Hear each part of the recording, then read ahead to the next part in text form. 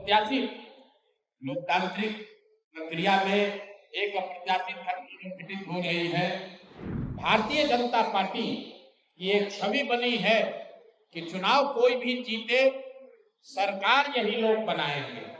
भारत के गृह मंत्री, भारत के केंद्रीय मंत्री बैठकर उसको डराकर, समझाकर, कोर्स करके उससे उम्मीदवारी वापस लेने के लिए मजबूर कर रहे हैं। ये चित्र आपके सामने जारी कर रहे हैं। आज आपको दिवाली के अगले ही दिन इसलिए दिया है कि बिहार में हो रही एक अप्रत्याशित लोकतांत्रिक प्रक्रिया में एक अप्रत्याशित घटना घटित हो रही है, वो आपको आपके संज्ञान में लाना चाहते हैं। अभी तक पिछले कुछ वर्षों में हम लोगों ने इस देश में देखा है कि जो लोग नए दल, छोटे दल या कई जगहों पर तो बड़े दल भी जब चुनाव जीत कर आते हैं, उनके विधायकों की खरीद फरोख्त होती है। आप और हम वर्षों से वो तस्वीरें देखते आए हैं कि कैसे लोग अपने विधायकों को बचाने के लिए और उनके राजनीतिक विरोधी उनको खरीदने के लिए, अपने पाले में करने के लिए उनको कोई रिजॉर्ट में बंद करता है, कोई दूसरे राज्य में ले जाता है, कोई मोबाइल छीनता है, सरकारें बनाई और बिगाड़ी जाती हैं। और पिछले कुछ वर्षों में भारतीय जनता पार्टी की एक छवि बनी है कि चुनाव कोई भी जीते, सरकार यही लोग बनाएंगे। अब बिहार में इन्होंने एक नया प्रयोग, नया अभियान शुरू किया है। बिहार में 3 वर्षों तक जन सुराज को वोट कटवा पार्टी बताने वाले भारतीय जनता पार्टी, ये कहने वाले कि इनकी कोई वजूद नहीं है, इनकी हालत देखिए। चुनाव की प्रक्रिया शुरू हुई है और सबसे ज्यादा अगर डर किसको लग रहा है तो वो एनडीए के, भाजपा के लोगों को लग रहा है। और वो डर महागठबंधन के लोगों से नहीं लग रहा, क्योंकि महागठबंधन के लोगों का इस्तेमाल तो जनता को डराने के लिए करते हैं कि भाई हमको वोट दे दो, नहीं दोगे तो लालू जी का जंगल राज आ जाएगा। लेकिन इस बार चुनाव की लोकतांत्रिक प्रक्रिया में जन सुराज का एक नया विकल्प जनता के सामने है।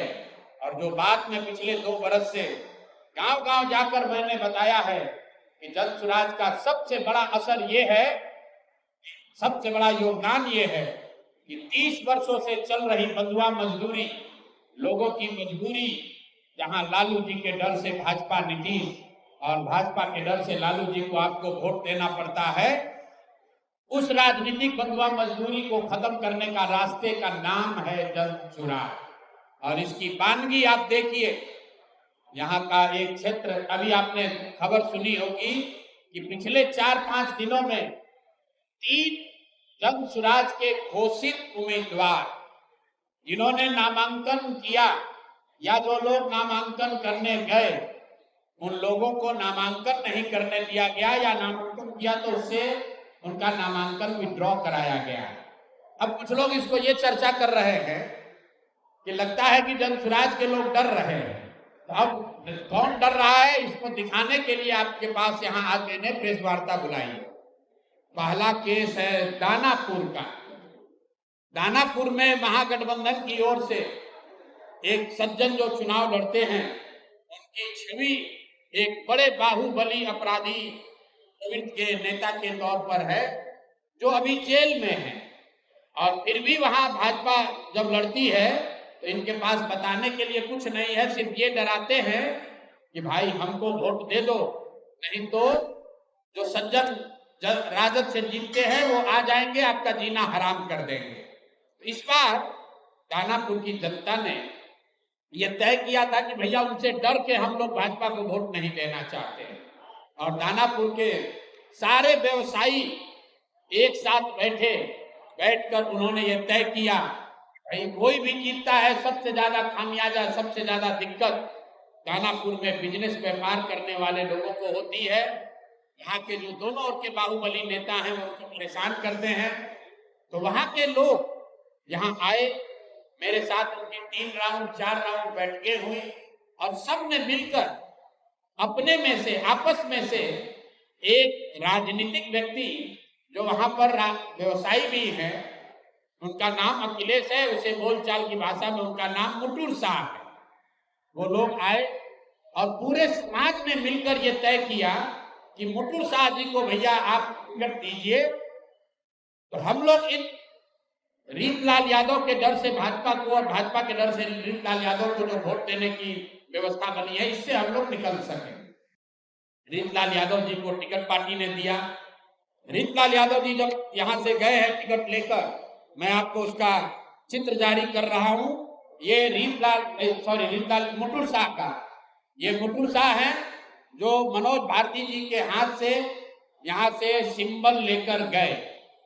और एक साहब सिंबल लेकर तो गए, लेकिन वहां पर निर्वाचन के ऑफिस तक नहीं पहुंचे। ये कहां गए? पूरे दिन तक मीडिया में अफवाह चलता रहा और भाजपा वाले ये बताते रहे रीतलाल यादव ने, उनके गुंडों ने, राजद के गुंडों ने जब स्वराज के उम्मीदवार को बंधक बना लिया है। तो अब मैं आपको वो चित्र दिखा रहा हूं कि ये साहब उस दिन मुटुर शाह जी कहां थे।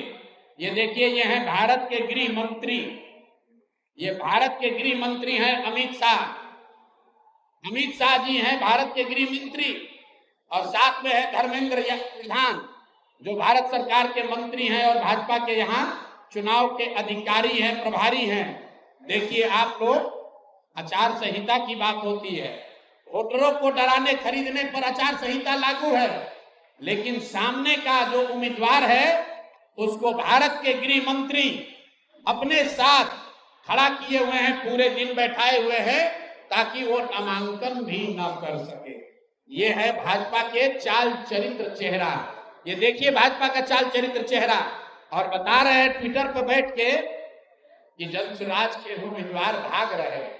आप बताइए, कोई साधारण व्यवसायी जो राजनीति करता है उसको भारत के गृह मंत्री अगर बुलाकर अपने साथ बैठा ले तो उसके पास क्या विकल्प बचेगा? और कहाँ है चुनाव आयोग?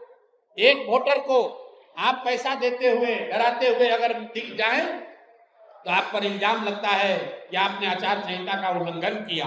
और यहाँ भारत के गृह मंत्री और केंद्र में भाजपा के मुख्य मंत्री धर्मेंद्र प्रधान खुलेआम जदयू के जनसुराज के प्रत्याशी को अपने साथ, अपने साथियों के साथ, दल बल के साथ घेरे हुए हैं और इस पर कोई प्रतिक्रिया नहीं है। चुनाव आयोग को अभी आपको ये जारी करने के बाद आधिकारिक तौर पर हम लोग चुनाव आयोग को हम लोग निवेदन करने जा रहे हैं कि देखिए कि हम जनसुराज के प्रत्याशियों के साथ क्या हो रहा है।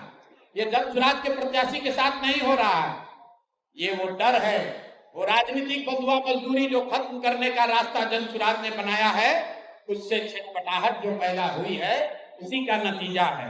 क्योंकि ये एक बात नहीं है, ये एक केस नहीं है। अब दूसरा केस देखिए, ब्रह्मपुर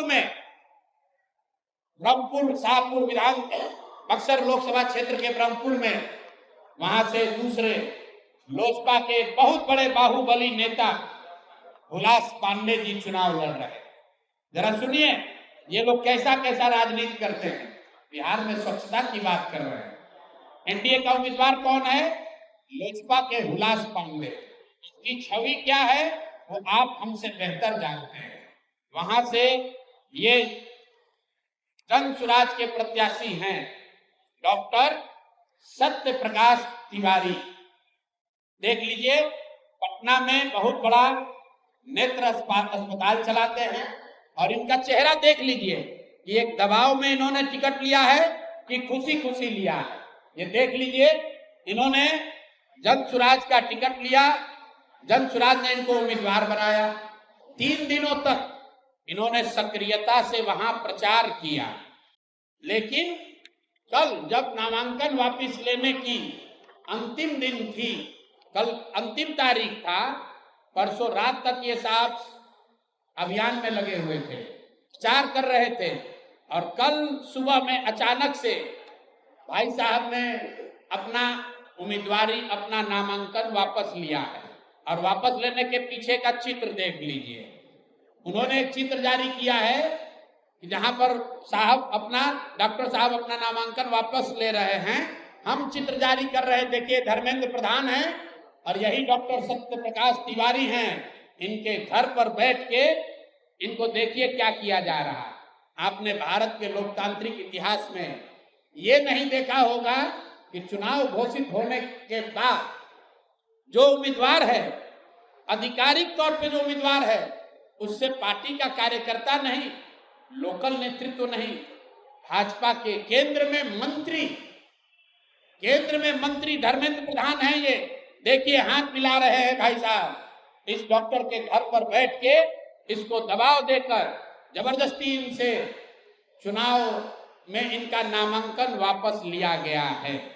मेरे भाई, लोजपा के एक बाहुबली नेता को बचाने के लिए, वहां के एक जनसुराज के सभ्य डॉक्टर के उम्मीदवारी को खत्म कराने के लिए आप इतनी ताकत लगा रहे हैं, तो पूरा बिहार को ये देखने, जानने, समझने की जरूरत है कि जनसुराज के लोग भाग रहे हैं कि यहाँ खुलेआम गुंडागर्दी की जा रही है, लोकतंत्र की हत्या की जा रही है। आप बताइए, आप में से कोई भी आदमी, आप सारे पत्रकार, यहाँ देश के भी पत्रकार हैं, पूरे देश के इतिहास में, लोकतांत्रिक इतिहास में आप दिखा दीजिए कि जहां किसी दूसरे पार्टी का घोषित उम्मीदवार, उसके साथ भारत के गृह मंत्री, भारत के केंद्रीय मंत्री बैठकर उसको डराकर, समझाकर, कोर्स करके उससे उम्मीदवारी वापस लेने के लिए मजबूर कर रहे हैं। ये चित्र आपके सामने जारी कर रहे हैं।